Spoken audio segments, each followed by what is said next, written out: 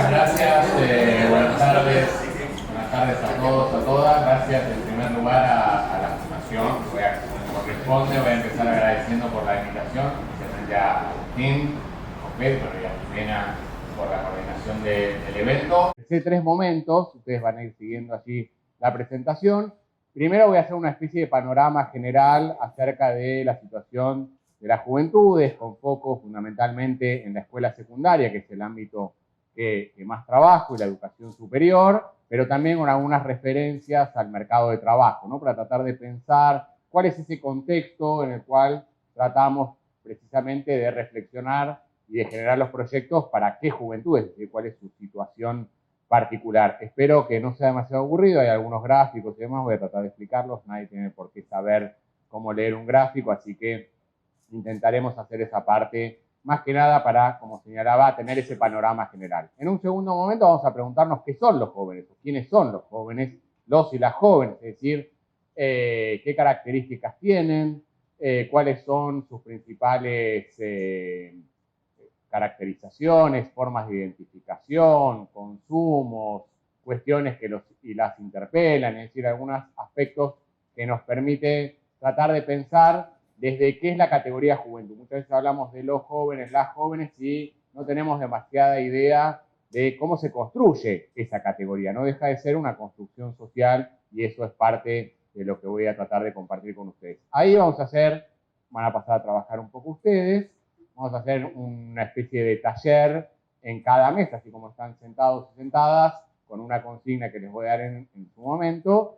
Y luego de esa puesta en común vamos a ir a un tercer punto que ya es más adentrándonos. Bueno, ustedes están o la mayoría desarrollan proyectos o están por o deberían desarrollar proyectos con jóvenes, niños, niñas, adolescentes y jóvenes. Vamos a tratar de pensar cuáles son sus expectativas, su horizonte de futuro, qué cuestiones se vinculan fundamentalmente con la sociabilidad y algunos aspectos que nos permitan pensar junto con ellos, es decir, poder tratar de generar proyectos que tengan un real impacto en la comunidad a partir de pensar, a partir precisamente de sus intereses, sus perspectivas. Ahí tienen una primera filmina de tendencias, ¿no? Fíjense sobre el costado cuáles son las principales tendencias cuando uno mira el sistema educativo en la Argentina, pero también en muchos países de la región. Bueno, en primer lugar, un aumento de la matrícula escolar. Es decir, hay una primera cuestión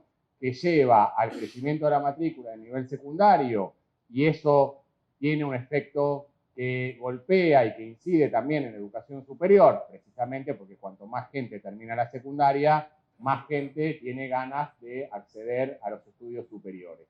Cuando hablamos de estudios superiores, piensen no solo en la universidad, que es lo que generalmente uno tiene en la cabeza, ¿no? La carrera universitaria, sino en la creación de un montón de institutos de formación docente, de institutos terciarios vinculados a petróleo, de institutos terciarios vinculados a contabilidad. Es decir, hay todo un mundo de la educación superior no universitaria que acapara un buen contingente, un buen número de estudiantes.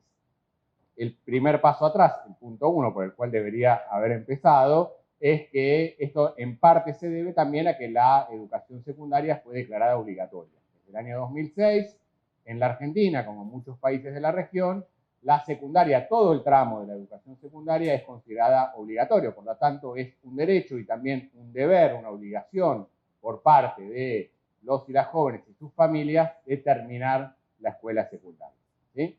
Entonces, obviamente, cuando hay cambios en las leyes, esto incide en los propios jóvenes. Muchos chicos y chicas que antes tenían que dejar el sistema educativo por miles de razones que vamos a tratar de explorar hoy, persisten o continúan en la escuela secundaria para tratar de finalizarla. Y esto lleva al tercer punto, que es obviamente, bueno, cuando cambia el sistema, hay más gente, hay gente distinta a la que había antes en las escuelas, este también es un punto importante. Quienes hoy están en las escuelas secundarias son muy diferentes a los y las jóvenes que estaban hace 20, 30, 40 años atrás. ¿Por qué? Bueno, por la misma masificación.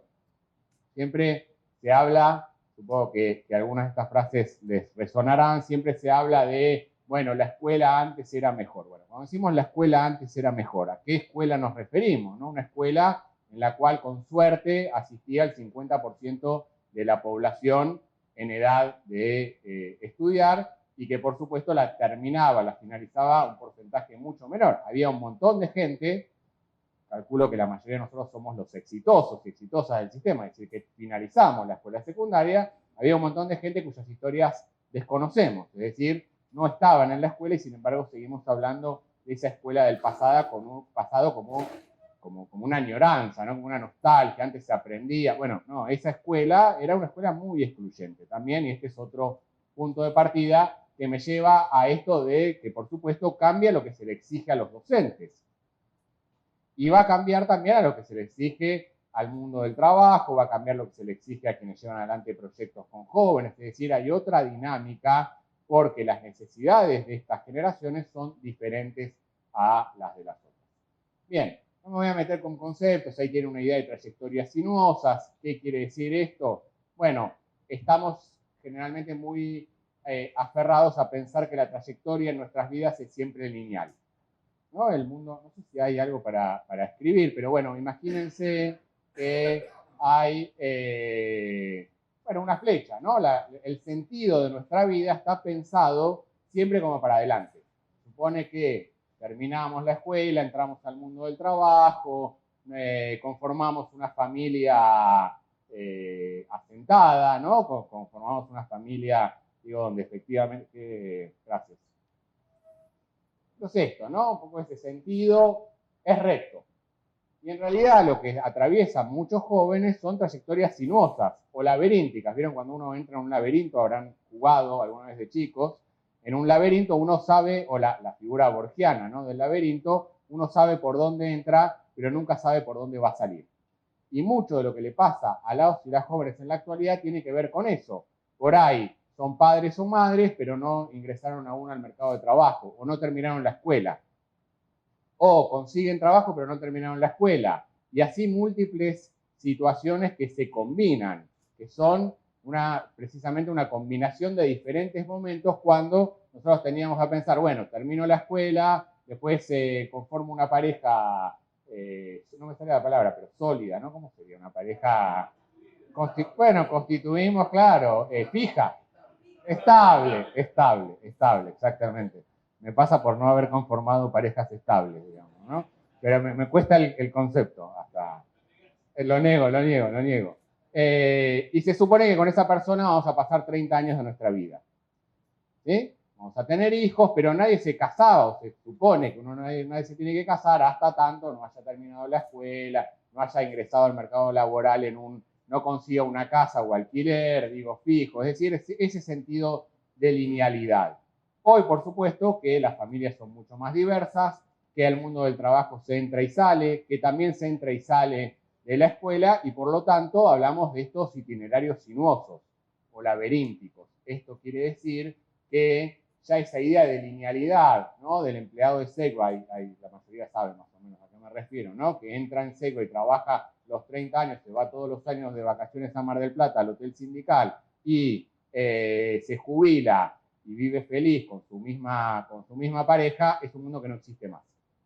O sea, el mercado de trabajo estalló. Es muy diferente a ese mercado de trabajo que muchas veces tenemos en la cabeza cuando pensamos en jóvenes. O sea, queremos que se integren en un mercado de trabajo que tiene unas características distintas. Queremos que piensen modelos de familia cuando los modelos de familia son muy diferentes. Y esto me va a llevar más adelante a hablar también de todos los aspectos de género, sexualidades y demás cuestiones que, como dicen ahora, son mucho más fluidas o flexibles o rígidas que en nuestra época. Hago una pausa, estoy hablando muy rápido, ¿no? Me parece, pero digo, cuando hablamos de nuestra época, también hay un problema ahí, porque creemos que esta no es nuestra época. Es decir, como si nosotros no fuéramos corresponsables de aquello que les pasa a los y las jóvenes. En el sentido de, no, mi época es cuando yo era joven, como mucho, o cuando yo empecé a trabajar, ¿no? Lo hacíamos de esta manera. Bueno, ahora hay que hacerlo de otra manera, pero vos también sos corresponsable de cómo se hace. Porque si no es como correrse de ese lugar de guía que también es tan o más complicado que sostenerse en un lugar adultocéntrico. Es un lugar adultocéntrico, es el lugar donde el mundo adulto es el que establece los parámetros y normas para los demás grupos etarios. Piensen en una idea de una colina, una montaña, ¿sí? Si nosotros pensamos la sociedad en estos términos, quien está en el centro es el adulto. Y por lo tanto establece cómo deben comportarse los niños, niñas, adolescentes y jóvenes, y también cómo deben comportarse los adultos mayores. Cuidamos para un lado y cuidamos para el otro.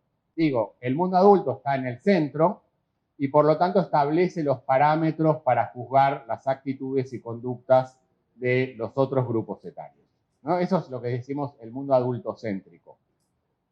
Ahora, ese mundo adultocéntrico también está tambaleando en la actualidad. Nosotros no somos adultos como eran adultos nuestros padres o nuestros abuelos.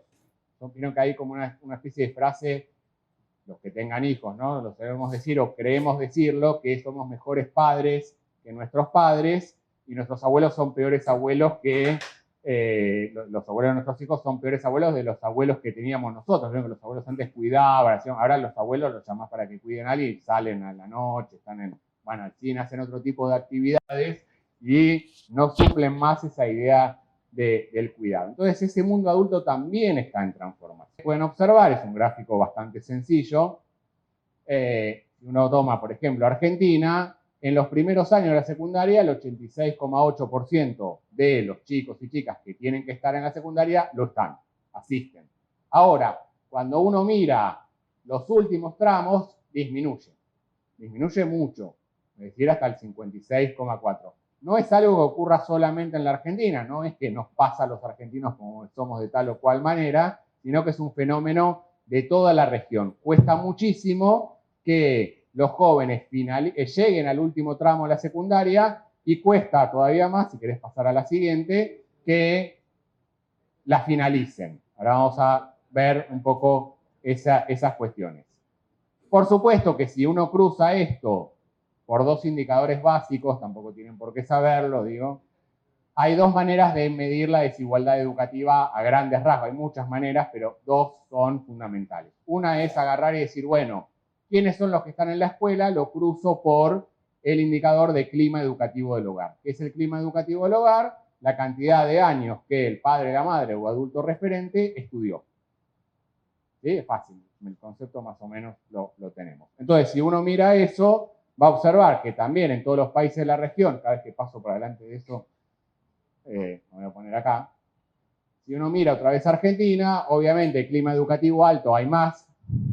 ¿Sí? Los chicos y chicas que vienen de esos hogares están más en la escuela secundaria, los del medio menos y los bajos muchísimo menos.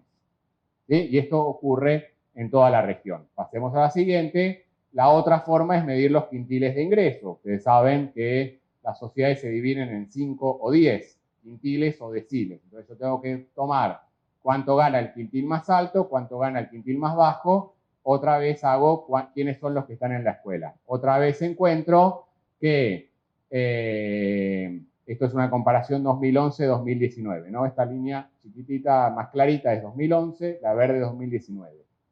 Si uno mira el quintil más alto, va a ver que creció incluso entre esos años. Si uno mira quintil 4, va a ver que creció mucho. Si uno mira quintil 3, también ve que creció mucho. Cuando baja a los quintiles 1 y 2, ve que hay crecimiento, están más en las escuelas, pero mucho menos en relación o en comparación con quienes ganan más ingresos. O sea, esto es clave para pensar desigualdad educativa. Por supuesto que si uno hiciera esto por regiones del país, ustedes trabajan en múltiples lugares, dirán, bueno, en ciertos lugares del noreste o noroeste es todavía más bajo en todos los quintiles y en todos los climas educativos. Acá quería llegar porque esto es un punto bastante clave para pensar con qué jóvenes estamos. Bueno, estamos con jóvenes que desde hace varios años tardan bastante en egresar. ¿Qué quiere decir esto? Solamente el 54% de quienes están en la escuela, no de todos los jóvenes. O sea, piensen en los porcentajes anteriores, de quienes están en la escuela, la mitad termina en tiempo y forma. ¿Qué significa tiempo y forma? Que a vos te dicen que la secundaria dura 5 o 6 años y la terminás en 5 o 6 años. Si sumamos a aquellos que en algún momento la terminan, ¿sí? Perdón, estoy marcando mal, solamente el 30%. Si sumamos quienes en algún momento lo terminan, sube al 54%. ¿Esto qué quiere decir? Podemos pasar a la siguiente. Bueno, esto es cantidad de estudiantes universitarios, que también sigue creciendo. Y esto es desocupación. Si uno mira los últimos datos de desocupación, puede ver que en verde es la tasa de desocupación total, ¿sí? De todas las edades. Está baja, ¿no? Porque el mercado de trabajo tiene otros problemas. No me voy a meter en eso porque sería un caos, pero el mercado de trabajo tiene problemas de flexibilización, precarización, no tanto de desocupación. Ahora, incluso con eso, la desocupación de varones y de mujeres jóvenes, es decir, entre 15 y 29 años, está en el triple. Es decir, que incluso en ese indicador, cuando uno lo compara con el resto de... Ustedes me dirán, bueno, claro, porque son adultos que son los que ingresan al mercado de trabajo. Bueno, el punto es qué chances o qué oportunidades tienen para ingresar al mercado de trabajo aquellos jóvenes que vienen pidiendo pista, ¿no? Esos que están terminando los estudios. Esto nos lleva a decir que la juventud es una construcción social. No siempre hubo jóvenes. No siempre existió la juventud como la concebimos hoy. ¿Por qué podemos hablar de jóvenes? Bueno, porque el sistema educativo se expandió. Si el sistema educativo no se hubiera expandido, la gente no hubiera tenido la posibilidad de vivir la juventud. Es decir, de tener un tiempo de su vida en el que no hace prácticamente nada, ¿no? Que se hace en la secundaria, hacer amigos, juntar figuritas ahora para el mundial. Hoy me mandaron una foto de mi hijo que está en tercer año con los amigos pegando las figuritas. Digo, está en la escuela, está aprendiendo, capaz que sí, es otro tipo de aprendizaje. Aparte de decir que es una construcción social, esto quiere decir que los jóvenes no vienen de Marte, sino que viven en una sociedad que tiene adultos que tienen determinadas características. ¿Qué quiere decir esto? Hay una co-construcción de responsabilidad. Los jóvenes son así porque los adultos somos así. Y los adultos somos así porque los jóvenes son así. Es decir, hay una mutua interacción en esa construcción cultural. ¿Qué son los jóvenes? Bueno, podríamos decir muchas cosas, ¿no? Depende cómo las definamos, cómo los definamos.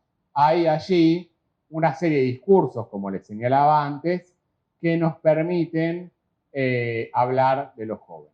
Un primer discurso es el discurso técnico.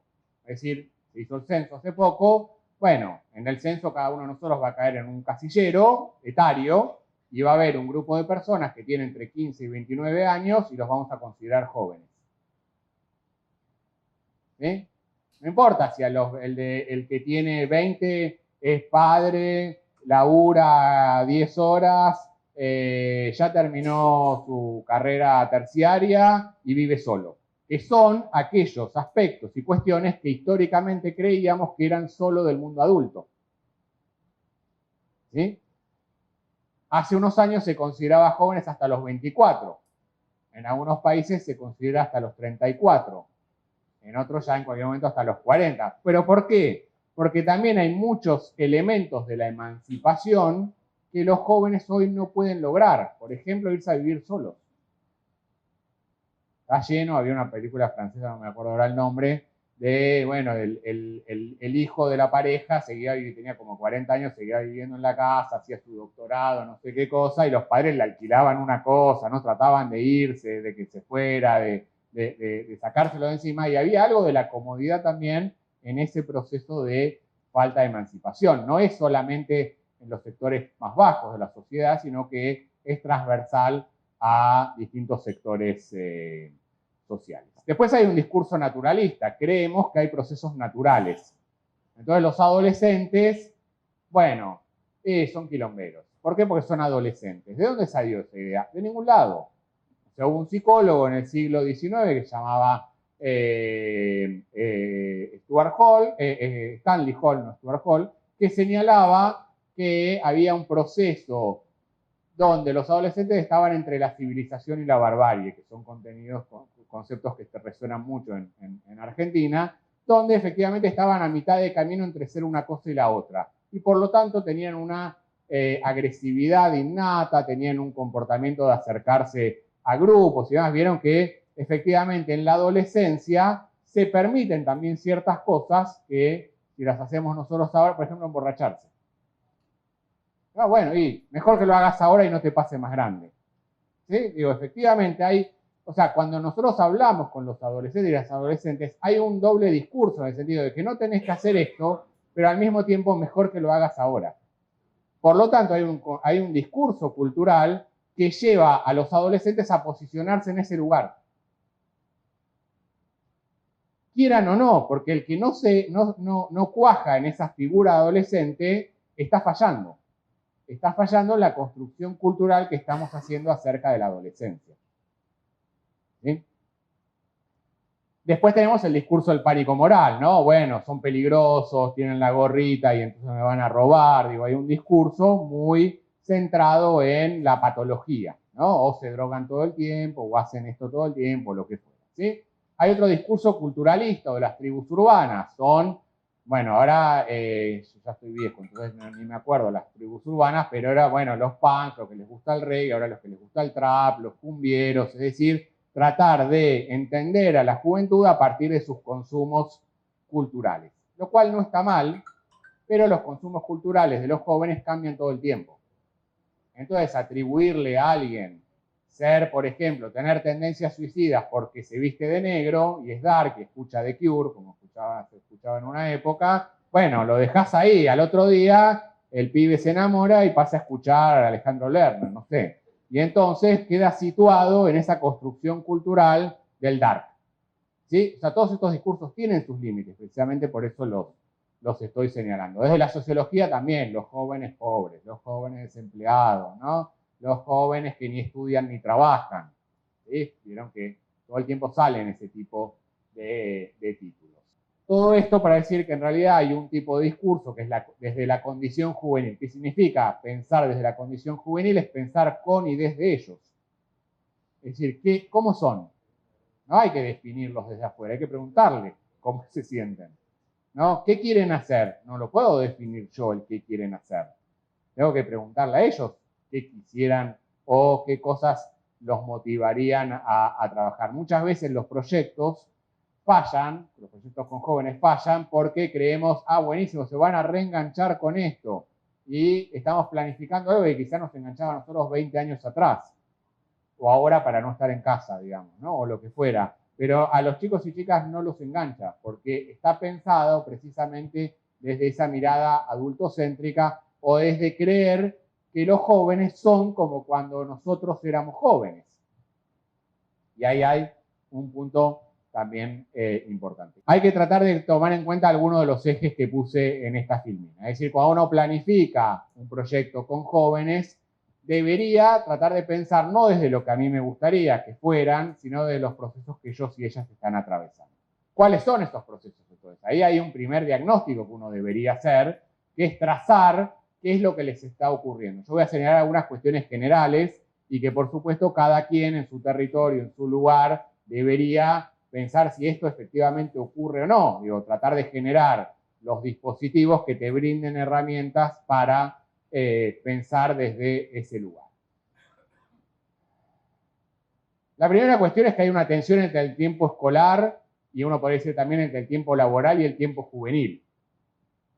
¿Sí? Ya vimos algo de que la escuela secundaria tarda más de lo que efectivamente la escuela secundaria señala, entonces hay allí una primera tensión. Hay una tensión también entre, por supuesto, y esto va a influir o va a incidir cuando los pensemos en términos de los proyectos, me parece que el gran tema que atraviesa generacionalmente hoy a la Argentina, digamos, estoy siendo muy exagerado, ¿no? Es muy amplio, pero uno de los grandes temas es la temporalidad, cómo los adultos, las instituciones pensamos los tiempos y cómo lo piensan las y los jóvenes.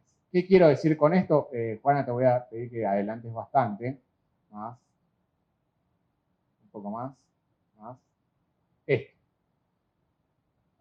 Esto lo iba a decir más adelante, pero ya que apareciste con la pregunta, hay una suerte de desacople. ¿Desacople en qué sentido? Desacople en la vida. Nosotros estamos acostumbrados a la trayectoria lineal, estamos acostumbrados a procesos de largo plazo, estamos acostumbrados a esperar, estamos acostumbrados a sentarnos frente a alguien que no conocen y mirar para adelante. ¿Sí? No importa, por ahí la mayoría de acá no me está prestando atención, pero están todos mirando para adelante y yo creo con cara de que me prestan atención. ¿Sí? Lo incorporaron eso, lo aprendieron. ¿No? Los jóvenes no aprendieron a hacer eso. ¿Por qué? Porque tienen una sensación del tiempo muy diferente a la temporalidad adulta. ¿Esto qué quiere decir? Viven en mucha mayor incertidumbre porque no saben qué va a pasar en sus vidas más adelante. Y esto casi todos los sectores sociales, ¿no? Vieron que, porque uno lo puede situar más en los sectores más bajos, pero los sectores altos y medios también, bueno, no saben si se van a quedar en el país, por ejemplo. Hay mucho de esta cosa. Bueno, ¿dónde voy a vivir? ¿Dónde voy a estar? ¿Qué voy a hacer de mi vida acá? ¿Me quedo? ¿Me voy? ¿Migro? ¿No? ¿Me voy a otra ciudad? Hay una percepción de la temporalidad que está regida por el corto plazo. Y el corto plazo nos complica a quienes llevamos adelante proyectos de largo plazo. ¿Por qué? En todo. Digo, la escuela te dice, estudia hoy para ser mejor en el futuro. Pero yo quiero ser mejor ahora.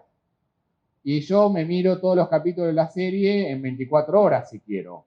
Y yo me armo una playlist con música de distintos lugares ahora. Y yo me comunico con mis amigos y amigas ahora, instantáneamente. Y tengo una sensación de poder acceder a todos los consumos de manera inmediata. No solo me comunico con amigos que viven acá a la vuelta, sino con gente que está en distintos países. Y juego en línea. Y esos juegos me exigen emociones, me exigen que me mueva, que corra, que salte. Y la escuela me dice, quédate sentado. Y el proyecto al cual te están convocando te dice, vení el sábado a las 9 de la mañana. Y tenés que estar 4 horas ayudándonos a hacer no sé qué cosa. Bueno, algo que nunca me preguntaron si quería hacer, nunca me preguntaron si podía el sábado a la mañana, y tampoco tienen en cuenta que aunque yo quiera, posiblemente ese sábado a la mañana me pasan otras cosas. ¿Por qué? Porque vivo en la incertidumbre. Y quizás yo, incluso aquel más comprometido, quiere ir el sábado a las 9 de la mañana, pero ese día se levanta y le salió una changa al padre o a la madre y tiene que cuidar a los hermanos. O le sale una changa a él, o pasan los amigos y se van de joda, o aparece, digo, hay una vida que es muy diferente a la estructuración que, no quiero decir, a ver, nosotros también atravesamos por esos cambios. Lo que pasa es que nos socializamos primero en un mundo más estable. Pero ahora también hacemos muchas cosas al mismo tiempo. Ahora también, si no respondemos, ustedes van a tener que salir de acá y van a tener un montón de mensajes de WhatsApp. Y no los respondieron y ya a nadie le importa si los responden 2 horas después. Porque lo que importa del WhatsApp o Telegram o las redes es lo instantáneo. Es la respuesta en el momento, la respuesta inmediata. Entonces ahí hay un gran problema que tiene que ver con esas temporalidades y que remite a esto que preguntabas. Entonces, eso diría como central. Entonces, no pensar que hay rupturas naturales, sino que hay que tratar de pensar lugares donde ellos puedan poner en juego sus habilidades. Fíjense que las redes sociales, los juegos en línea, lo que le permite a los jóvenes es producir cosas, no solamente consumirlas. TikTok, ¿no? ¿Alguien vio TikTok alguna vez o sabe más o menos, ¿no? Que ellos no tengo TikTok ni nada, pero sé más o menos qué es. Bueno, ¿qué hacen en TikTok? El otro día unos amigos de mi hijo decían, bueno, no, lo vieron un montón de gente y ¿qué hizo? Nada, cantó una canción, ¿no? Bueno, produjo algo que permite a su vez una visibilidad de algo que bien o mal cree que hace bien. ¿Sí? Por ahí no canta bien, no importa, sino que hay ahí una producción donde no es solamente el consumidor de eso. Por supuesto que los estudios sobre redes sociales hablan, bueno, cómo se sacan datos, hay un montón de otras cosas que no estamos viendo acá, ¿sí? Lo que sí quiero ver, y que nos quedemos con esa parte, es cómo hay una sensación de ser partícipe, de ser protagonista de todo eso. Y las instituciones, por lo general, tienden a darles un lugar de segundo plano. Y por lo tanto, bueno, ¿para qué voy a ir si me quedo con mis amigos y puedo ser yo el principal, el protagonista principal? ¿Para qué voy a acercarme a un proyecto en el cual no participé en la decisión, nadie me preguntó y demás cuestiones? Pasá, me refui, después vuelvo sobre esto. Pasá uno más. Ahí. Los vínculos, por lo tanto, son mucho más flexibles, son fluidos, son... Otra cuestión importante es que la edad no es la referencia de autoridad. Nosotros, como edad, ya no somos esa referencia de autoridad. Cuando uno mira las sociedades del pasado, realmente tener más años era considerado un símbolo de sabiduría. ¿Sí? Las tribus de ancianos, ¿no? Pero también en escuchar o sentarse a escuchar las historias que pasan de generación en generación, esas historias orales, ¿no? O la figura del que se sienta en la punta de la mesa en el momento de la cena, ¿no? Bueno, todo eso, esas cuestiones tenían que ver con una construcción de la edad como lugar de autoridad. Hoy, nuestro lugar de autoridad tambalea y no sabemos desde dónde posicionarnos. Entonces, cierro con esto, con esa pregunta hermosa que me dejó, donde precisamente lo primero que uno debería hacer es trazar un diagnóstico y ver con qué jóvenes quiere trabajar. Y poder hablar entonces de proyectos con y desde las juventudes, a la par, en el sentido de precisamente poder pensar con ellos las soluciones a determinado problema.